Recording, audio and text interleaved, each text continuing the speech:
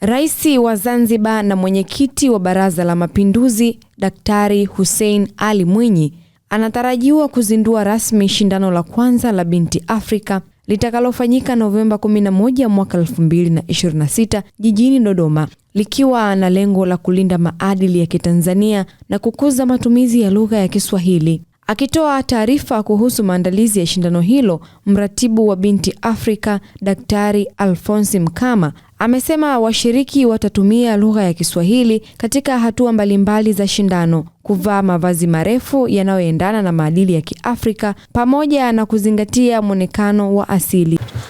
Wajibu wetu kama Baraza la Sanaa Taifa ni kukuza na kuendeleza sanaa. Kwa hiyo sanaa hii ya Binti Afrika ni sanaa ambayo imejikita katika kulinda maudhui ya Kitanzania, lakini jadi ya Kitanzania, mila na desturi za Kitanzania. Kwa hiyo ni shindano ambalo sisi tunaliona kama lina kwenda kuonesha namna ambavyo maisha ya Kitanzania na hasa katika Uswahili tunaishi namna gani. Kwa hiyo sisi tunapongeza sana Binti Afrika kwa shindano hili. Ni shindano ambalo limejipambanua na kujitanabaisha katika level ya kutunza na kulinda maadili ya nchi, na sisi tunajikita zaidi katika kusimamia maadili ya Kitanzania.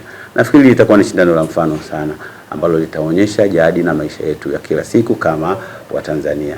Ni shindano ambalo mimi ninahisi kwamba litavutia jamii yote ya Kitanzania, na nitoe hamasa kwa wazazi kuhamasisha lakini kuhimiza mabinti kuweza kushiriki kwenye shindano hili ambalo litasaidia katika kukuza, kuendeleza jadi na tunu za Kitanzania.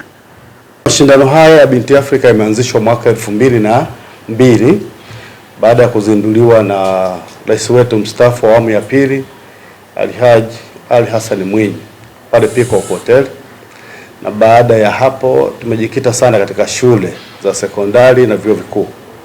Lengo ni kuifanya lugha ya Kiswahili ambayo ni mila na desturi. Sana tunapenda kuitwa Waswahili, lakini Waswahili ni watu wanaojaliana, wanaoheshimiana na kupendana. Mara hii mashindano haya, baada ya kuwa tumeridhiwa na serikali, wajibu wetu ni kuhakikisha taratibu na sheria zinafuatwa bila kukiuka. Lakini mashindano haya yanashirikisha mabinti wenye mili yao, wanene, sio wembamba. Lakini sharti lingine ni lazima wawe na rangi moja. Kama ni mweupe basi utakuwa mweupe, kama ni mweusi ubaki kuwa mweusi, usichanganye rangi. Lakini atatumia lugha ya Kiswahili peke yake. Lakini mavazi yetu ni marefu yasiyomdhalilisha mwanamke. Hawatavaa mavazi ya kuendea baharini wala mavazi ya kutokea usiku.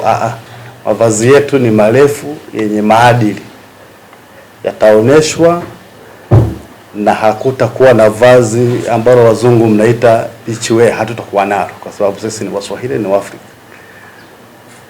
Hilo ndilo kusudi la mashindano yetu. Mashindano haya yanakwenda kuzinduliwa Dodoma mwezi wa 11 tarehe 16, ambako tunamtarajia Rais wetu wa Zanzibar atakuwa mgeni rasmi.